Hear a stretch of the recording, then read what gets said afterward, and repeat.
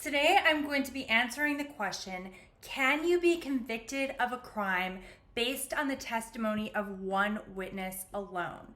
My name is Veronica. I am a criminal defense attorney here in Los Angeles, and I help people who have been arrested put their criminal cases behind them so that they can enjoy their lives and their freedom. And again, today we're going to be talking about, can a person be convicted of a crime based on the testimony of one witness alone? This is also known as a he said, she said, and this is really common in, for example, domestic violence cases. And the answer to this question is yes. A lot of people have some trouble with that idea, and for good reason. Obviously, one person alone, if they're lying, it seems counterintuitive that that should be enough to convict you. And this answer, yes. Can you be convicted of a crime based on the testimony of only one witness? This applies to every level of crime. This applies to murder cases, for example. It applies to everything in the criminal justice system in California. And in fact, there is a jury instruction that if the case goes to trial, the judge will read to the jury.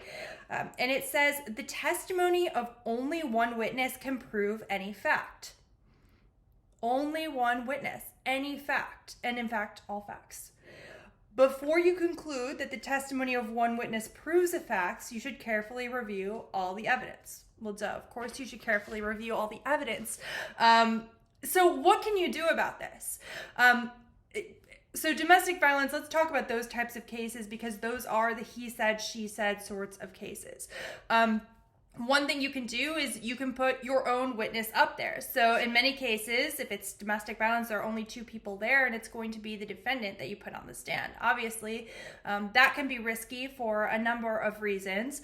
But let's say you don't want to do that. Let's say you don't want to take that risk. You're unsure about taking that risk. What you need to do is poke as many holes in the story of that single witness that you possibly can. If you can catch them in a lie, then you need to do that. Because the more that you can catch them in lies, the more that the jury starts to doubt their credibility. Also, you have to think about, and this is maybe one of the most important things for a criminal defense attorney to do for trial or when strategizing about trial, is think about if everything that witness said would be true, what evidence would we expect to have? So let's say, for example, that the victim says, well, he choked me for 60 seconds. Okay, so I would be expecting to see some kind of marks on the neck of the alleged victim, and you can bring in expert witnesses to testify about this. So it's not just an attorney, guessing or from their own experience in other similar cases, saying what they expect should be there. But that's something. There can also be, for example, let's say that the person says, well, he scratched me. And I actually have a case like this right now where the alleged victim says, well, he scratched me on my arm. And in fact, she does have photos of very deep scratches on her arm, but his nails are incredibly short. So how exactly would she have gotten those scratches? And if you look at her nails are really long acrylic nails.